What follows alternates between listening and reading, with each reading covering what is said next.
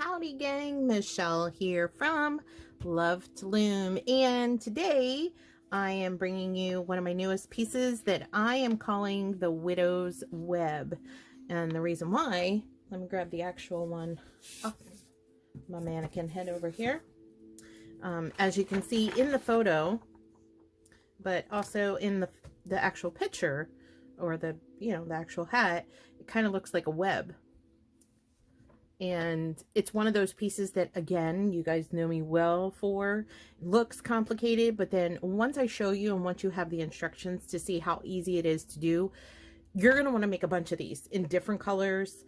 You can actually do this in a single color, like if you want to do a chunky version of it or a bulky version of it in a Malabrigo Rasta, in like Arco Iris or any of those that are very variegated with different colors, this would look great also. But if you don't have any of that and you want to use two colors, maybe your favorite sports team or anything like that, you can totally do it. So as you can see, once when it's sitting like this, it looks pretty simple. But then when you actually wear it, it stretches these parts out and it makes it look almost like a web. And then I did a messy bun hat for this one because I'm totally keeping this one. And I ran out of gray scrunchies, black scrunchies. I only had the normal color. But with all of my hair, when it sticks out, nobody's really going to see it. So I'm keeping this puppy for myself. Anyway, I did this particular one here on the 80 peg 3/8 gauge with a worsted weight yarn. I used Red Heart Soft. Not Soft Essentials, but Red Heart Soft in the light heather gray. And then this is just teal. That's the only name of the color. So it's just light heather gray and teal. But this would look great in black and red, or yellow and black, or black and white, or blue and gray, or pink and gray, or whatever, purple and pink, whatever you want to do. It'll totally rock. Now you can actually close this up completely with my 4-peg decrease, which I'm going to do with this other one I'm going to show you, and add a palm to it if you want. But like this, it's actually really warm because we're using garter stitch in these sections, so that gives it a nice weight to it, a nice thickness to it. So if you want a hat that keeps you nice and toasty warm, boop, that's it. All right, so grab my written instructions if you haven't already. Really simple, and then you can follow along with the video. That way, I kind of do it like this for two reasons. Number one, you can follow along, and for those of you who are not very proficient with reading patterns, I do this as an educational tool so that way you can follow along and I can show you what part of the pattern that I'm in, and then it explains more and it makes more sense to you. So later down the line, you become more proficient with reading the pattern. So if you haven't already, go ahead and grab this. You can find it on my Raverly. The link, of course, will be provided. And so for this one, I already made my brim because that always seems to take the longest. And I'm doing this one because people always ask, can you do it on different gauges? Can you do it different sizes? Can you do it this, that? So I am actually doing this one, even though the one that's already completed here, like I said, is on a small gauge 80 peg loom. I'm doing this one here, obviously, on my KB Chunky 48 peg, and this is 5/8 gauge. Okay, so I've already cast it on, obviously, and I've already done my brim. My brim is just a simple knit one, purl one all the way around, so you get, the rib. Same thing I did on this one here. But I'm using Charisma from Loops and Threads. Love this. And this one is called Ultraviolet. And I'm using a variegated color, which is another Charisma. And this one is called Dragonfly. It just reminds me of Maleficent colors. So the purple in this is actually going to go really well with the ultraviolet because it's the same color. So this is going to be where the teal is. And the ultraviolet purple by itself is going to be the gray. So my main color is going to be my ultraviolet, which is this, and then my variegated is going to be this color, which is called Dragonfly. Okay, so if you take a look at the instructions, I put right here, cast on your favorite brim of choice. That's what I did. Now it goes right into the body, and it says, after your brim is completed with your main color, mine in this case is the ultraviolet, Use either artist or masking tape to mark off your pegs in multiples of 4. On each number 1 peg, wrap those twice, leaving the others. Okay, so what I mean by that is, let's go back a step. If you haven't already, I highly recommend investing in a little bit of artist tape. People call it painter's tape. You can get masking tape, whatever. It's easy to put on, peel off, and it helps you out a lot to remember where you're at in a pattern. So what I've done is I've gone, now you'll see these pink dots, and then you'll see these purple lines. The pink dots are just to tell me, you know, while I was making my rib, which ones had to be knit, which one had to be purl. So that way, if I put it down, I come back and I don't go, oh crap, where did I leave off? I know. All right. So disregard those. Now, these ones here that are the lines, those are my first out of my multiples of 4. So this is 1, 2, 3, 4. 1, 2, 3, 4. 1. Okay, so do that all the way around, or you can use stitch markers, whatever's easier for you, because those you're going to use all the way through the hat, and that's where these come in. Okay, so you have to remember to do that. That way, if you put this down, you walk away, the only thing you really need to keep track of is what row you're on, because we do 4 rounds of garter. 1 round of knit, 1 round of purl, 1 round of knit, 1 round of purl. And then we go into the wrap, okay? So once you are done this brim, like I'm already done, so blah, the magic of video, it's already done. I'm going to grab my hook, and I'm going to do right here where it says after your brim is complete. On each number 1 peg, wrap each twice and knit off, leaving 2 wraps on them. So what do I mean by that? This is what I mean. So right here is my starter peg, and it's marked as a 1. So push that down just a little bit, and don't do it super tight. Okay, just let the yarn glide through your fingers. Okay, watch your tension. You don't have to be super tight. You don't have to break your hook, your loom, your yarn. Just let it glide. Just chill. All right, so we're going to do an Ewrap once, twice. Now you're going to take the bottom, bring that up over the top, and then you'll see I have 2 strands on there. You're going to skip 2, 3, 4. You're going to go to the next one. Scoot that down a little bit. Ewrap once, Ewrap twice. Knit that off. So now you have 2 strands on there. Continue to do that all the way around. Twice. And knit that off. Okay. 1, 2. And knit that off. And you're just going to continue this all the way around on all the pegs that you have marked 1. Those are the only pegs that you really have to mark off. You don't have to worry about marking 2, 3, and 4, because obviously, you know, those are between the 2, you know, pegs that you have marked off in multiples of 4. All right, and then I'm trying to go slow enough that you guys can keep up, because I've got this down that I could do it really quick and then move on, but I don't want to lose anybody. Another big question that I get is, what do the inside of hats look like when you skip so many pegs or you slip?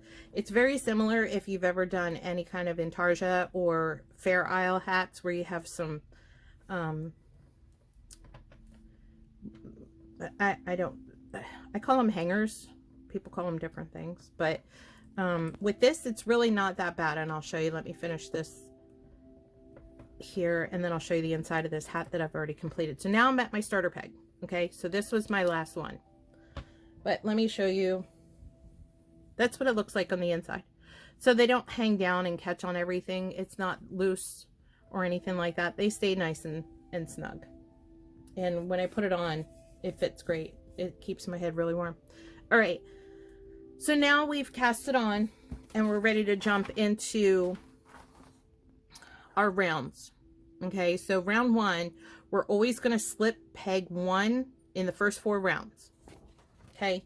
So you're going to grab your alternating color, your contrast color. So in this case, this one's mine, and you're going to leave this yarn just off to the side, because that's going to stay obviously connected. All right. So for me, when I add a new color into a project like this, I don't make another slip knot. And if you guys have ever done anything that I've ever done, you know, working with two colors with, you know this. So what I'm going to do is, because my first one already has 2 strands on it, and I'm not going to use my contrast color on peg 1 at all, I'm just going to make a little hoop like that. I'm going to put it onto my number 2 peg, because that's going to be the first one that we're going to do. I'm not making a knot or anything like that. You want to leave yourself a little bit of a tail, so, you know, like a good 3 to 4 inches or so, right? You got that loop, put it onto peg 2, and then knit off that first one, okay? Now, as long as you don't pull really hard, you don't need to hold on to this other one. But if you're not 100% sure of yourself and you think you might get a little tight, hold on to it like this, and then just continue to knit, and then you can let it go. All right, you're always going to knit that first one when you do any kind of color change, because that will give you the nice smooth. You don't have the bumps of the color changes. Like you can see here, you got the dot, dot, dot. You don't have that on this visible side. It's not showing. Okay, so always remember, knit and then purl. So you're going to slip behind your number 1. So right here, I knitted these first 3, 2, 3, 4. I've come to another number 1, and obviously you can tell by your marker. You're going to slip your working yarn right behind that. You're not going to do anything. You're just going to bring it right behind that. And then you're going to knit off and go to the next. So I'm going behind my first peg and knit off 2, 3, and 4. Okay, slip behind that number 1 peg. 1, 2, or 2, 3, and 4. Again, slip behind, and you're going to continue that knit, and you're going to do a U-knit, not an E-wrap. The only time you're doing any type of E-wrap is on peg 1 where you're wrapping them. Okay, so U-knit or true knit, which is the same, it gives you the same effect, whatever's easier for you. Okay, slip that one and just continue all the way around to your starter peg. All right, let me pull myself out some working yarn here. 2, 3, 4, slip, 2, 3, 4, slip. And this, like I said, it's really great if you have any favorite sports teams and you want to do something for somebody in their colors, or maybe a child's school colors or anything like that. Okay, so now I'm coming up on my starter peg. I'm gonna U-knit. Oh no, I'm not. I got one more section. Here we go. Now you'll see that my yarn for the wraps of the first ones is here. Lay that across like that. Bring your working yarn over that, and that helps keep that one secure as you're working along. And then I'm going to knit this last set of 3. There we go. So as you can see,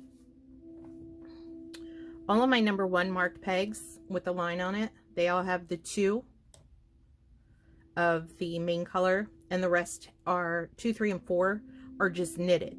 So now we're going to go to round 2. And round 2, you're going to basically do the same thing, but now you're going to purl. So don't touch peg 1 and just purl all the ones that you just did and knit with the contrast color. Okay, so I know some of you aren't fans of purling. That's okay. I originally tried this with just knitting in there. If you want to do just that, I'm not the looming police. I'm just showing you guys a cool pattern that I made. If you want to do these with all knit, you can, but it doesn't really have that pop effect. I mean, you have the different color, but it doesn't really have that pop that this does. So that's why I did it like this. All right. So what you're going to do now, remember this one, you didn't secure or tie this to anything. So when you work this one for the first time in a purl, you're just going to want to, you know, keep an eye on that, and then you can tug it a little tighter once you're done. So there's different variations of purl. You have the regular purl that, you know, I'm sure many of you have seen me do plenty of times, which is where you grab it, you take it off, you put the new one on, and there you go. I tighten that up. But if you work it loose enough, you can also purl like this, which is kind of like a true knit. So you could slip it off, put this one back on, and bring it on. Okay. So all these that are in your contrast color, you're going to purl these on row 2. All right. So I'm going to continue on my side. It always takes us a little bit longer to purl something than it does to knit. Go ahead and pause your video and then meet me back here when you're done that round. All right, so I'm coming up on my last section of 3 and purling those off. And this is probably the only spot that you really need to, as far as in these next 4 rows, that you really need to use a row counter, or, you know, a stitch counter, whatever you want to call it. So that way, if you have to walk away, you know what row you were on. So right now we've already done round 1. In round 2, we're going to repeat round 1, which is round 3 of knitting. All those in the contrast color. So the 2, 3, and 4, we're still going to continue to slip behind the pegs marked with 1. All right. So just bring it in front and knit it over. And you can shore that up a little bit if you want. And just you knit. Now these go obviously pretty quickly, a lot quicker than when you purl. So you buzz through those pretty quick. Now, like I said, I'm not the looming police. If you want to do this whole thing with the contrast color in just knits, you're more than welcome to. You know, I'm not going to come and yell at you or anything like that. I don't have time for that. So it's really about whatever's easier for you. Either way can be done. All right, so I'm just going to continue knitting this all the way around until I get back to my starter peg, and you guys do the same thing, and make sure you're still always slipping behind those pegs marked as your number 1, because you always have to hide that yarn behind those in order to get the effect that we want to achieve with those other stitches when we get to those on round 5. So just continue your Ewrap. And again, watch your tension. It doesn't have to be super tight. Remember, your hand that you don't have your loom hook in is just there to guide your yarn. That's it. Don't pull it. Don't tug it. Don't beat it up. Just kind of let it just flow through your fingers. And you'll realize that your tension helps a lot, especially when you're knitting. All right. So I am coming up on my last set. 2, 3, and 4. All right. So far we've done round 1, 2, and 3. 4, we're going to repeat 2, which is just purling all of the 2, 3, and 4 pegs in the contrast color. All right. So go ahead and pause your video here, purl that round, and then meet me back here and I'll show you how to handle the rest. All right. So I am coming up on my last section and purling that off. Boom, done. All right, so we have done round 1, 2, 3, and 4. Now round 5, we're going to focus on those number 1 pegs now. Okay, so what we're going to do is you're going to go around and you're going to unwrap them, and then once they're all unwrapped, you're going to knit off only with your main color. You're not going to touch your contrast color for rounds 5, 6, and 7. Okay, so this I'm going to put over here because I want to bring my working yarn across that, and then it helps keep them leveled down. But first, what we're going to do is we're going to go all the way around, but don't unwrap this last one, and I'll show you why. Not yet, at least. Okay, so you're going to unwrap it, but don't take it off. Okay, so just unwrap it and let it lay like that. If you've ever done a drop stitch scarf, it's similar to that, but a little different in the sense of working with these. Okay, so These, take your time, don't pull it all the way off. You're just going to unwrap it and let it lay like that on the number 1 pegs that you have double wrapped.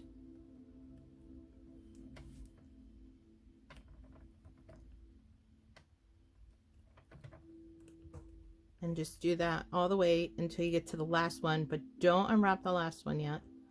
And the reason why is when you start knitting it off, it'll pull that one too tight, and then it ends up becoming too tight. And I learned that the hard way. So I am preventing that for you guys by telling you that. Come on. Boom. There we go. Picky purple. That's what I should have called that, instead of ultraviolet. There we go. Move my yarn.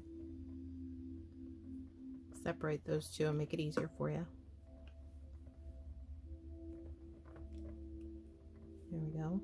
Now, this is my last one.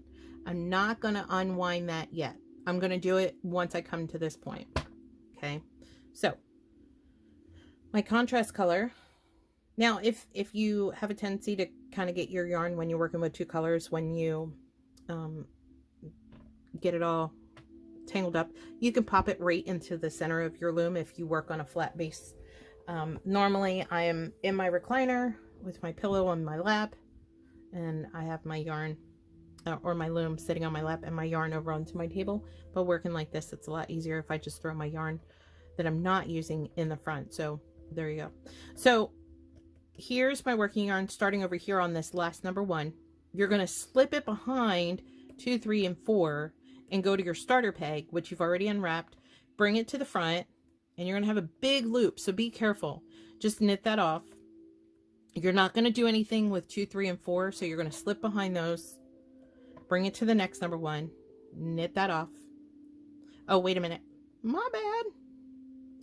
We are going to knit 2, 3, and 4.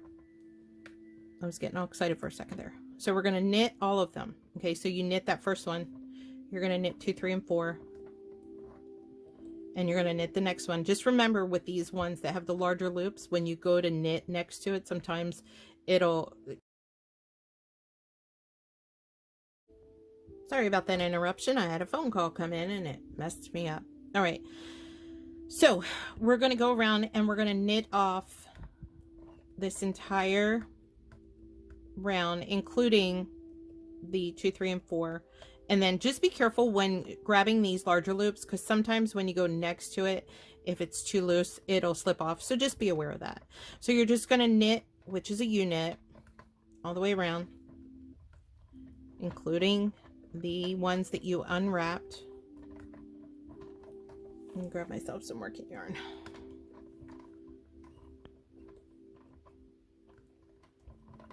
And then remember, when you come up to that one right before the end that you haven't unwrapped, just remember to unwrap that. You don't want to knit both of those strands together because it'll kind of make it messed up. All right.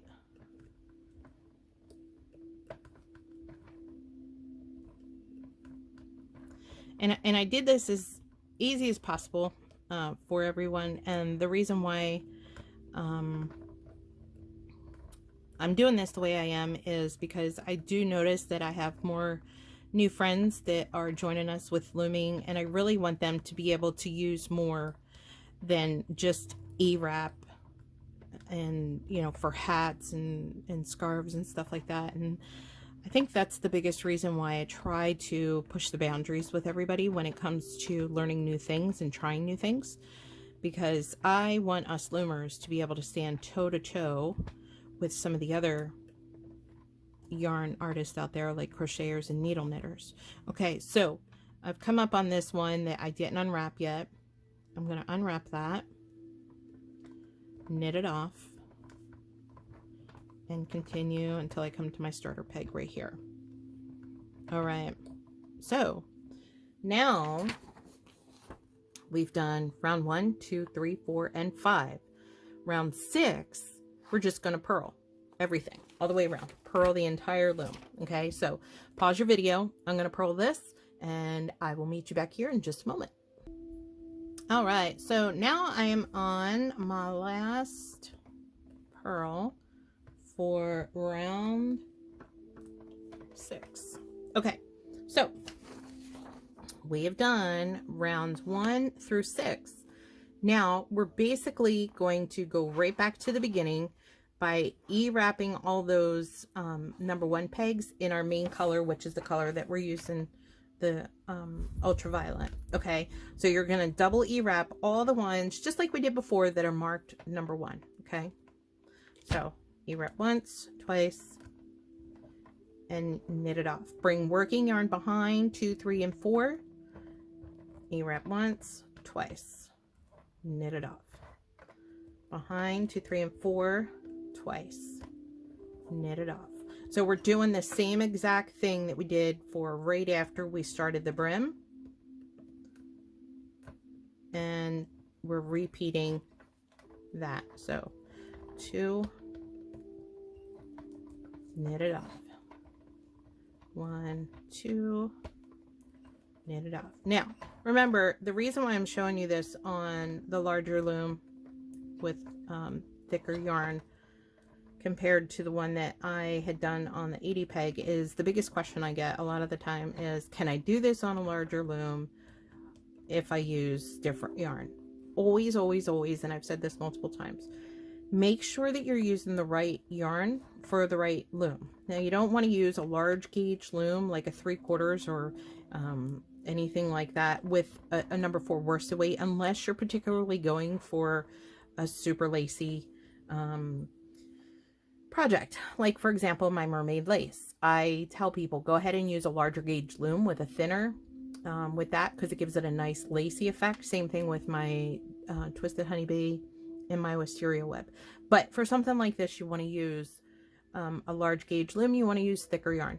All right, so now we are done rounds 1 through 7, and then you're just going to go back up to round 1 and repeat that. All right, now it's still not peeking all the way through, but you can kind of see where these are coming out, and those right here, once it starts relaxing, are these sections here, and then you'll have this as the little break. So these look like little color boxes. Okay, so I know they look really wide right now, but as it relaxes and as it comes together, it will shrink down and not be as small as this one. It'll be a little bigger because we're using a thicker gauge, or excuse me, a thicker yarn with a larger gauge loom. But it will still be the same effect. So there you go, gang. Make sure, like I said, if you haven't, you grab this. The link will be in the information below. And as always, if you ever have any questions, if you ever have any comments, feel free to drop me some comments in the comment section. Like my videos, share my videos, send love. If you want to give me a little bit of feedback, if you have an idea that you'd like me to try, whatever the case may be, I love hearing from everybody. All right. Thanks so much, everybody. Happy looming. Love you bunches. Bye.